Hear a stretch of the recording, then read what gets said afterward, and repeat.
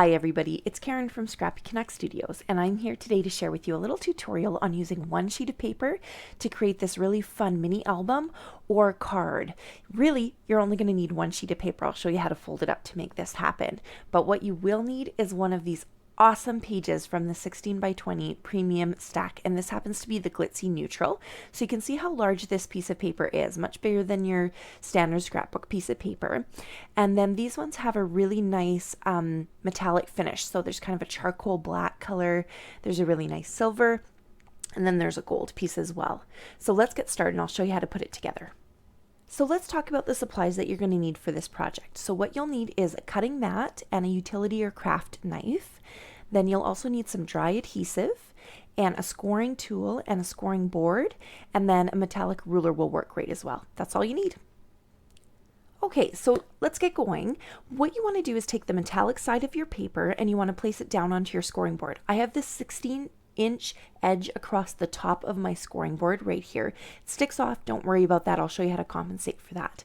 And what we're going to do is we're going to create a midline score right down the middle. So because this is 16 inches, we're going to go to the 8-inch mark, and I'm just going to score down, making sure everything stays nice and lined up on my scoring board, just like this. And then I'm just going to flip over the paper and I'm going to do it again just on the other side. This paper is a bit flexible, and so I find having the score on both sides helps me fold it properly. Now flip your paper 180 degrees around, so I have the other 16-inch edge at the top of my scoring board now. Make sure everything's lined up and just score down at the 8-inch mark again, just like this. If you have an extra long scoring board, that'll be perfect, but I think most of you will be working with one that you'll need to kind of double edge score. So we've done both of the scores there. Now very carefully just take your edges and you kind of want to fold them up here and get a nice fold down at the bottom, making sure that everything is lined up. And I'm going to fold it back on itself as well to make sure I've got a really flexible fold. And again, making sure everything is lined up properly. You can move your scoring board out of the way too at this point. It makes it a little bit easier to work with. And I'll just tighten up this fold here with my scoring tool. Make sure everything's lined up. Perfect. Now what I want to do is create the score lines that are going to create the pages. So again, now I'm lining up the 20-inch edge across the top, and you can notice I've kept it folded. And now I'm going to score at the 5-inch mark right here. And then I'm going to score at the 10-inch mark. This is going to give me pages that are going to be 8 inches by 5 inches in height. It's a perfect size for a mini album, but also for a card or, you know, a little memory book or even a little journal. That's only a few pages. Okay, so you can see I've flipped my paper around 180 degrees again, and I'm going to create the last page, which is another score mark at the 5-inch mark. So basically I have one at the 5-inch, 10-inch, and 15-inch, but of course I don't have 15 inches on my scoring board. So again, I just flip over my paper to create that last score at the 5-inch mark again. And I'm just going over all of these score lines again on the other side of the paper. So I flipped it around and we're kind of creating a score on the other side as well. You just want to make sure, because the page is folded, there's two sides, you want to make sure that your score is going all the way through both sides. So I'm going to see if I can catch a bit of a reflection in the light here now and see if you can see all of my score lines. So I've got the one up the middle, and then I've got these 4 kind of sections it creates with those 5-inch score lines. Now what we're going to do is we're going to cut in between these 2 score lines right along that midline fold. So I'm going to put my cutting mat underneath, and I'm going to take my ruler and place it along here, and then just take my craft knife, and starting at the first 5-inch score line, I'm going to go across the 10-inch score line and stop at the 15-inch score line. So I'm just going to go across right here. And I can see right now that my craft knife is not very sharp. It's not going through. You want to make sure you have a nice sharp craft knife. I think I need a new blade for mine.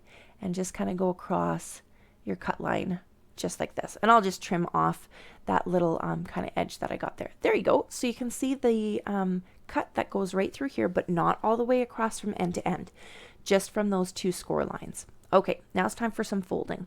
So you want to take your middle score line, this is the 10-inch score line, and you want to create a mountain fold. So I've got the metallic side of my paper up, and I'm folding this up towards the sky.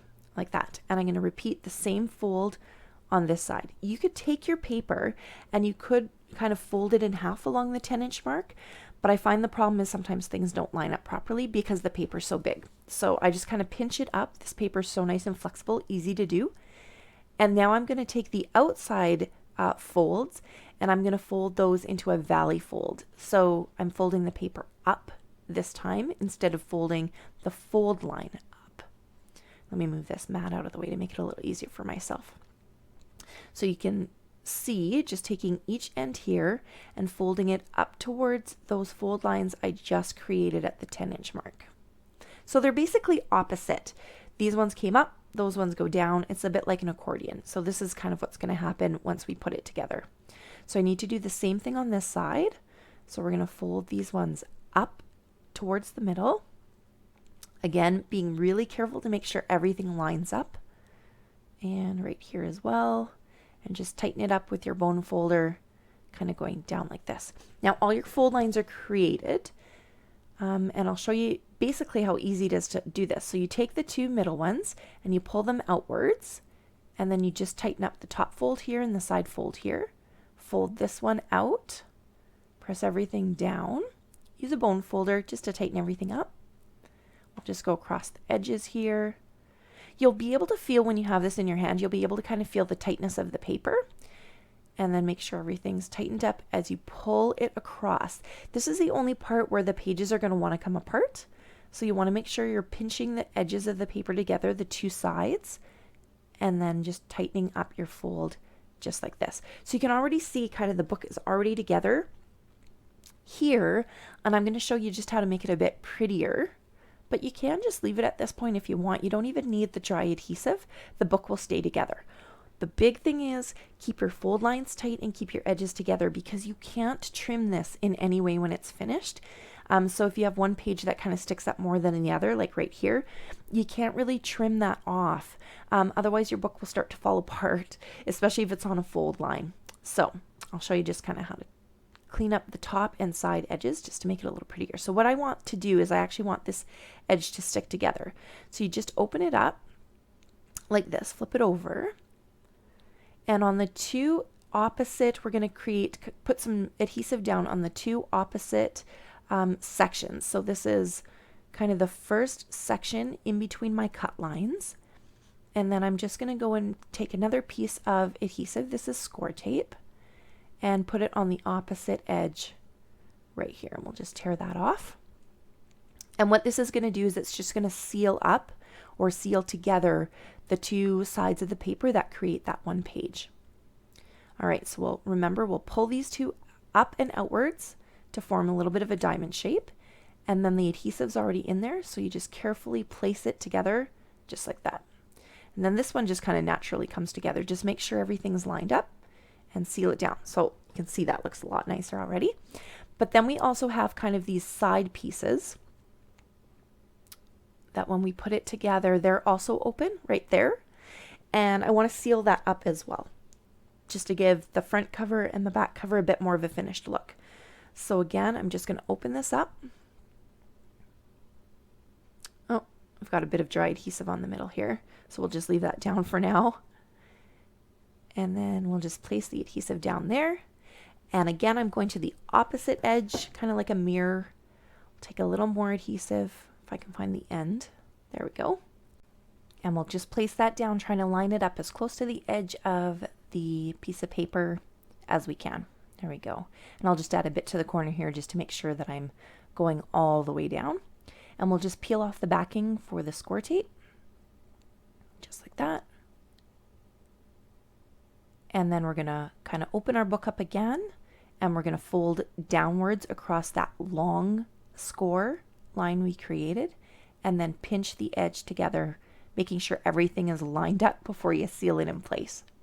If you've done your folds really tight, it won't be a problem. The book will just kind of fall into place. And there you go. You've kind of got a little mini book, or that you could use for a mini album or a card, and just tons of possibilities. And I just think it's a great size using the 16 by 20 paper. So I'm going to go ahead and embellish this up and show you what I came up with. So I've gone ahead and I grabbed my linen closet stack. This stack is also available at Joann's stores, and I've just embellished it using some banner pieces and some ribbon from May Arts and some paper on the inside to either create a matting for a photo or to add some writing, depending on how I want to use the project.